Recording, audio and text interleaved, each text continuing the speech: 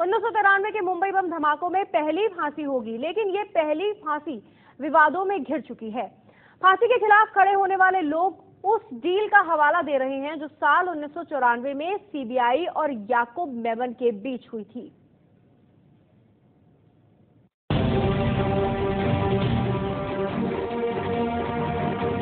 ये वो खत है जो याकूब मेमन ने भारत की सुप्रीम कोर्ट के प्रधान न्यायाधीश को लिखा। इस खत में है उस डील का छोटा सा जिक्र जिसका सच किसी को नहीं पता। खत में मुंबई बम धमाकों के गुनहगार याकूब मेमन ने आखिर क्या लिखा था, ये बताने से पहले आपको चंद तारीखें याद दिला देते हैं।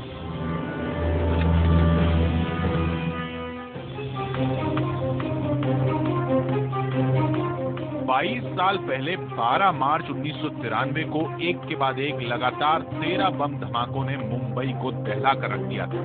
257 लोग मारे गए।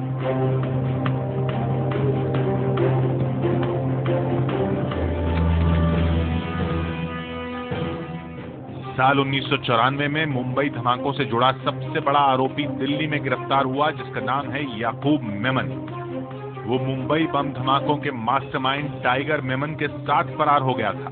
18 महीने बाद याकूब 1994 में नेपाल के रास्ते भारत आया था और नई दिल्ली रेलवे स्टेशन पर उसे गिरफ्तार कर लिया गया था।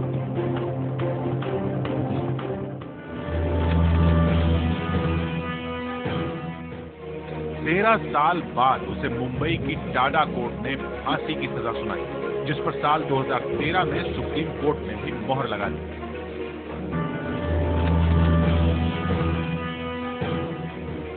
उसकी क्यूरेटिव याचिका भी खारिज हो गई और अब याकूब मेमन की फांसी की उल्टी गिनती भी शुरू हो चुकी है।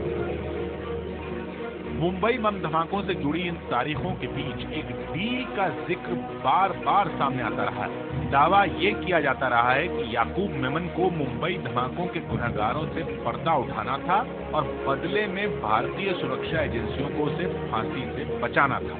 सवाल यह है कि क्या याकूब मेमन और भारतीय सुरक्षा एजेंसियों के बीच वाकई ऐसी कोई डील हुई? तो सुनिए याकूब ने सुप्रीम कोर्ट के जज को भेजे उस खत में क्या लिखा है। Yakub A.R. Memon, barrack number 10, Arthur road jail, Mumbai 400011, तारीख 28 जुलाई 1999। सेवा में प्रधान न्यायाधीश भारत, नई दिल्ली। माननीय, इस वक्त 28 जुलाई की रात सुबह के करीब 3 बजे हैं और मैं पिछले 5 सालों से इस रात को सो नहीं पाता हूँ। 5 साल पहले ठीक इसी वक्त मैंने भारत में कदम रखा था। मैं बहुत खुश था और तनाव मुक्त था, क्योंकि 18 महीने की मेहनत, धीरज और संघर्ष के बाद मैं ये कर पाया था। ये बहुत मुश्किल और जोखिम भरा काम था। मुझे 5 अगस्त 1994 को नई दिल्ली रेलवे स्टेशन से गिरफ्तार दिखाया गया और इसका न सिर्फ प्रचार हुआ बल्कि संसद में भी मेजे थपथपाई गई। ये एक बड़ा झूठ था। मैंने खुद को कानून के हवाले किया था। 16 साल पुरानी इस चिट्ठी में याकूब मेमन ने सुप्रीम कोर्ट के जज को लिखा है कि 12 मार्च 1993 के मुंबई बम धमाकों के बाद 28 जुलाई 1994 की आधी रात को उसने खुद को कानून के हवाले कर दिया था। लेकिन इसके एक हफ्ते बाद यानी कि 5 अगस्त को सीबीआई ने उसे गिरफ्तार करने का दावा किया और ये झूठ था। याकूब मेमन को फांसी दिए जाने का विरोध करने वाले दावा करते रहे हैं कि याकूब ने फांसी न दिए जाने के वादे के बाद ही खुद को कानून के हवाले किया था, जिसे निभाया नहीं गया। याकूब मेमन के साथ हुई उस कथित डील की दलीलें भी सुनिए। और याकूब मेमन पकड़ा नहीं गया था, ये बिल्कुल झूठ है। याकूब मेमन ने सीबीआई से बात करके दुबई के अंदर उन्होंने सेटल किया और वहाँ से सब बातचीत हो गई और वहाँ आया और यहाँ लाने के बाद दिल्ली में इन लोगों ने बता दिया कि इसको स्टेशन में पकड़ा, क्योंकि मुझे उस केस में पकड़ा गया था। मैं उस केस की पूरी चार्जशीट जानता हूँ और उसका कोई इसमें रोल नहीं है। अबू आजमी ही नहीं, मुंबई बम धमाकों के सबसे बड़े गुनहगार दाऊद इब्राहिम के करीबी छोटा शकील ने भी सवाल उठाया कि सरेंडर के बाद फांसी की सजा क्यों? मिसाल के तौर पे याकूब मेमन को देख लो, वो हाजिर हो गया पूरी फैमिली के साथ। उसके साथ तुम लोगों ने क्या किया? आपको डर लग रहा है कि आप एक बार आ जाए? हाजिर नहीं, डर की बात नहीं है। एक आदमी जब हाजिर हो रहा है फैमिली के साथ जिसका कोई इन्वॉल्वमेंट नहीं है और वो खुद पूरी फैमिली को लेके इंडिया आ रहा है, और हाजिर हो गया, उसके साथ क्या किया आपने? उसको तो फांसी की सजा दे दी, एक बेगुनाह को। तो फिर वही सवाल उठता है कि क्या याकूब मेमन से ऐसा कोई वादा किया गया था कि उसे उसके गुनाहों की सजा नहीं मिलेगी, या कम से कम उसे मौत की सजा तो नहीं ही दी जाएगी? कि एक आदमी जिसके लिए सीबीआई वालों ने कहा कि इसने हमें, इस इंसान ने हमें जो मदद की है वो हमारी एजेंसियां इतने सालों में कुछ नहीं बता सकी, जो इस आदमी ने हमको एक दिन में बताया। और इनके बारे में कि कहाँ से पकड़े गए, कैसे आप पकड़े गए, उसके लिए भी पुलिस वालों ने झूठा बनाया। ये प्री अरेंज था कि वो कैसे आएंगे, कहाँ पे आएंगे। He was in sort of in discussion with the police authorities, and as per that he came down over here. In fact, he was betrayed by the government of India.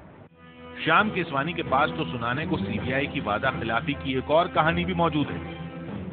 इस case के दौरान शुरू में मुझे engage किया गया था और मैं सीबीआई जो कि इन्वेस्टिगेट कर रही थी मामले को, उनके सीनियर ऑफिसर ने मुझे बुलाया था सचिवालय के सामने जो बंगला है, बंगले हैं, एक बंगले में उन्होंने अपनी बैठक की थी।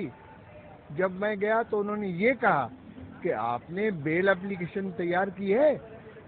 मैंने कहा बेल एप्लीकेशन पहले दिन पे मैं कैसे करूँगा? अरे साहब, आपको तो बेल तैयार करनी चाहिए, आप कल ही कल वहाँ पे बेल फाइल कर दो, हम अपोज नहीं करेंगे, क्योंकि इस शख्स ने जब पकड़ा गया है तो हमें वो मदद की है जो कि हमारी एजेंसीज पिछले 30-40 साल में नहीं कर पाई हैं, जो इन्होंने हमको खबरें दी हैं। तो चलो ठीक है, तो मैं कल फाइल कर दूंगा। नेक्स्ट डे मैंने बेल एप्लीकेशन फाइल की और इन्होंने अपोज की टूथ एंड नेल। तब मुझे वो मिले ऑफिसर, मैंने कहा जनाब कल हमें क्या क्या मजाक कर रहे थे आप, कल क्या बात थी और आज क्या होगा? बोले sir sorry, government of India ने अपना स्टैंड चेंज कर लिया है। उसके बाद तो ये होना ही था।